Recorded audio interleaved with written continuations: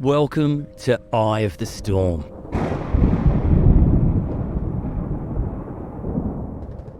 How do you start a rugby league club?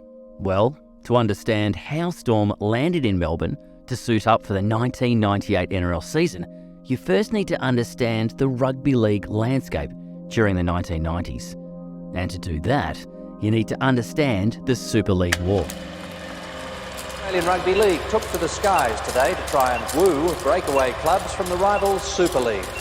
Thank you, Ken. Yes, just moments ago the press conference concluded. The competition, Mr Arthurson says, is still very, very viable and it will continue as normal.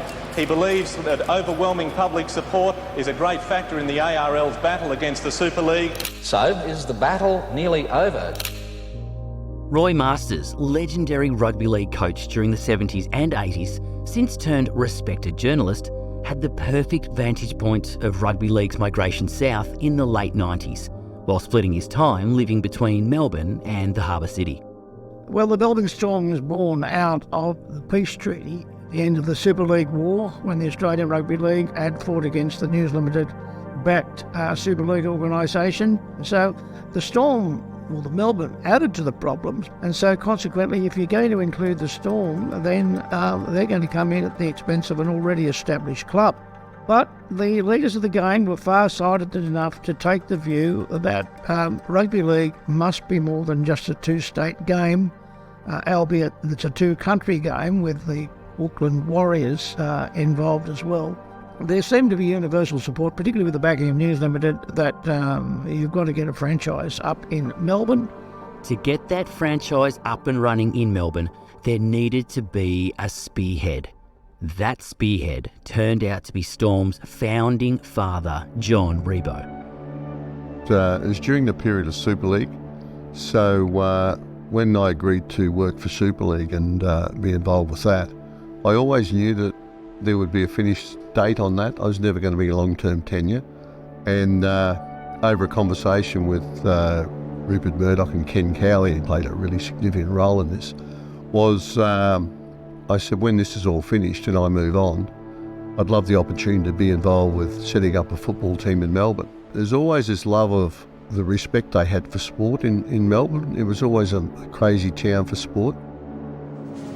The MCG lights up for the AFL Centenary Birthday Bash. 93,102 fans made the pilgrimage to the MCG. Hello and welcome to the Qantas Australian Formula One Grand Prix from Albert Park in Melbourne.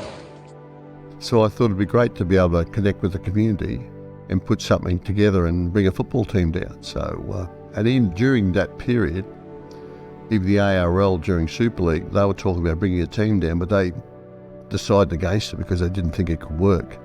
But we always felt really confident that it was the right way to go. I mean, one of the things about Super League at the time was about how we expand our game and take it to other parts of the world. And the Pacific nations was really important, so we knew we were going to get a lot of contact there. So going into a city, the obvious one was Melbourne, the second highest populated area. To me, was just a no-brainer in a way, that it was something that's very exciting to do. Plenty of competition down here, but they love sport. So if we believe if we brought the right brand of sport down, they'd respond to it. History shows it's worked pretty well. An exciting project it may have been, Melbourne's rugby league venture still needed backing to get off the ground. That's where the belief and financial support of News Limited proved to be critical. I actually think that Rupert Murdoch, when I spoke to Rupert and Ken Cowley, I don't think Rupert realised the impact of what I said. To start a football team up is something pretty significant. It doesn't happen very often. But I think he acknowledged just over time that things would have to get back together. So they agreed to do it, and he said to Ken over that first meeting, yes, and we shook hands on that. We didn't have a contract on it, it was just a handshake. So that ended up being a really good journey. The actual time was in the heat of the battle of Super League. It was to them a bit of in a silly sort of way, a bit of a throwaway line. Oh yeah, you can start up a football team, not understanding the complications of that. And when it happened, true to his word, and Ken Cowley actually came down and he chaired it from day one, and he stayed for 12 months. But he was great. He was great for me during Super League, but which led on to Melbourne, because not only was he was chairman of News Limited Australia, but he had this great love of rugby league, and that was really important for us. And I often say your front office has got to be right because you can build from there, and he was very supportive. So no, I think Ken enjoyed it as much as but I enjoyed it the first year, and it's amazing what can happen if you surround yourself with, as I say, good people, good players on the field, good people off the field, an amazingly strong board, and the boardroom was good, really supportive, so it was a good way to set up a football team. With strong ties to News Limited ensuring a certain level of security, government support was also going to be crucial for this rugby league club to be a viable venture.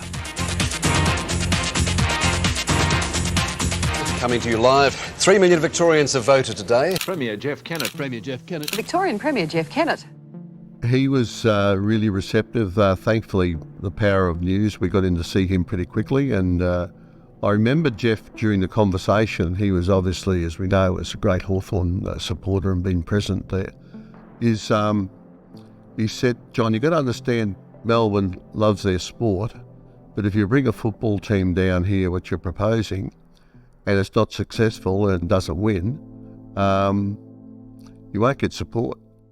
I do remember me making the point very clearly, don't waste my time if you're not going to be successful. My criteria for supporting the notion to add it to our major events calendar was that they put sufficient money into it and sufficient people of calibre that it would be a success.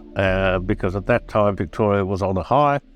We had a number of major events in our kit bag. Our arts events were very, very strong, and our economy was recovering. So we were in a wonderful position. But to their credit, they did just that. And I always find it's not always the money that's the most important ingredient. It's the quality of the people. We have a whole range of sporting activities, so there's something there for everyone. And the one thing that we were missing, in one sense, and to John's credit, was a football code for which there were a lot of people supporting but hadn't been tapped. I think my role and my government's role was to encourage their arrival and to give them the opportunity to grow. And so had the government not supported them or objected to them, I think that would have made it very, very difficult. But what John was about and what his team of people was about was innovation. It was bringing something else to our sporting calendar. And it's not only worked well in terms of the Storm's record, it's also worked well in terms of the infrastructure that's followed as a result of that. And I remember just talking back to him, I said, "Look, Premier, we're not coming down here to lose. We really think we can make a mark on what our game's all about, and the people will get behind us. So, but we need your help." So our initial conversation when we left was, we'll give you some money towards dressing rooms, some corporate hospitality, and sort of wished us all the best. With a place to call home locked away and the building blocks secured, it was time for this new venture to have an identity and a name. An idea from left field was thrown up. During that time, to embrace with the community, we ran a competition through the paper and the Herald Sun, and putting it out there, because my personal thoughts was I wanted to call them the Mavericks, and Lachlan had different thoughts.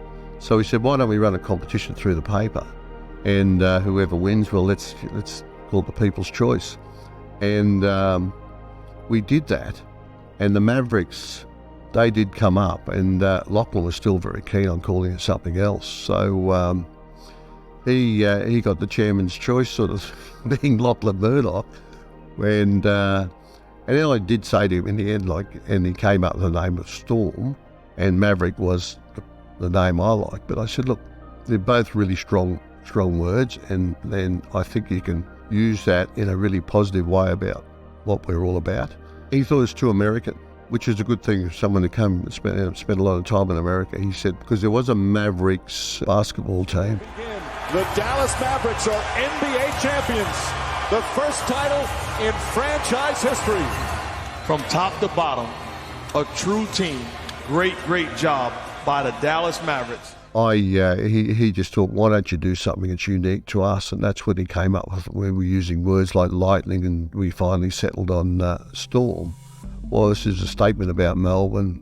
It was strong. The logo we designed was really strong. And so in the end, we both agreed that we'd call it Storm. They'd take the mickey out of us and say, how's Drizzle going? I'm calling us Drizzle in the early days, so we had to turn the Drizzle into Storms. Who would come up with the logo, the colours, the mascot? That responsibility fell to Alan Rhodes, a longtime friend of Storm's founding father, John Rebo, who managed a printing and design company out of Brisbane called Printpoint. I started off as a compositor, an apprentice compositor in the printing industry. I was doing work with John and when he was at the Broncos, and so we were doing a lot of work there. And John and my history goes back quite a few years. We were friends, since we were young kids, and we played junior football together. He got me involved, and over the years we worked a lot together. And then when the opportunity came up with the Storm, he called. We had a lot of conversations on, the possibilities. It was going to be the Mavericks at first, and we worked heavily around that. Creating the Mavericks look. It was a greeny colour. It was like a teal with the purple and black, and it just didn't quite work, nor did the character. And I was quite relieved when they came back and said, the name's going to change to the Storm. Because automatically it conjured up a lot more powerful images than the Mavericks. You could do a lot more with Storm.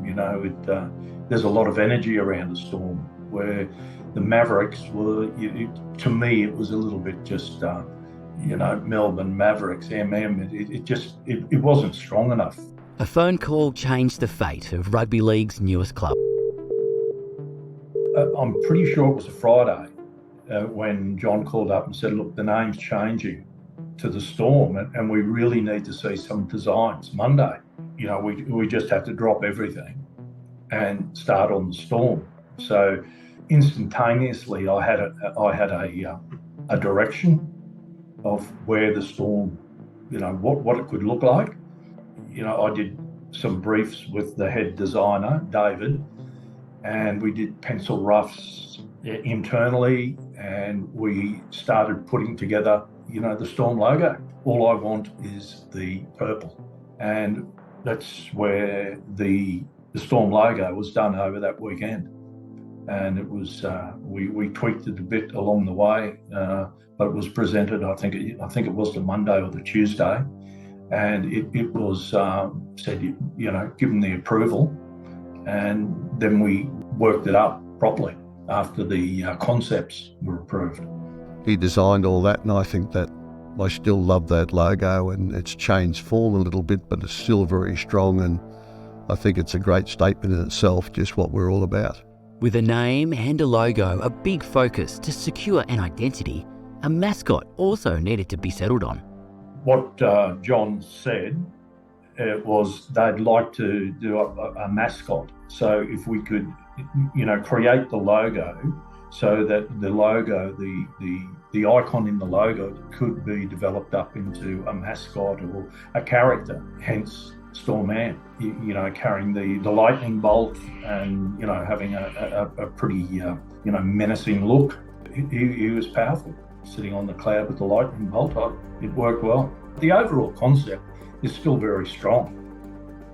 Everything we designed on the jersey had to be positive, like you can get negative colours. So having purple areas and the purple power, the way it's evolved, is it's a regal colour, so it's an incredibly strong. It's a recognition of power. Being the navy was Victoria's colour, which we wanted to put a Victoria's brand on it. And then the other two colours, just to mix it, was the gold, which was a good marketing exercise for women, so we could use those colours in the right way. And I think that's something I think we really got right. And it's had some modifications from time to time from a marketing point of view, but the colours are really strong, and it's a statement about what the club really stands for. Next time on Eye of the Storm.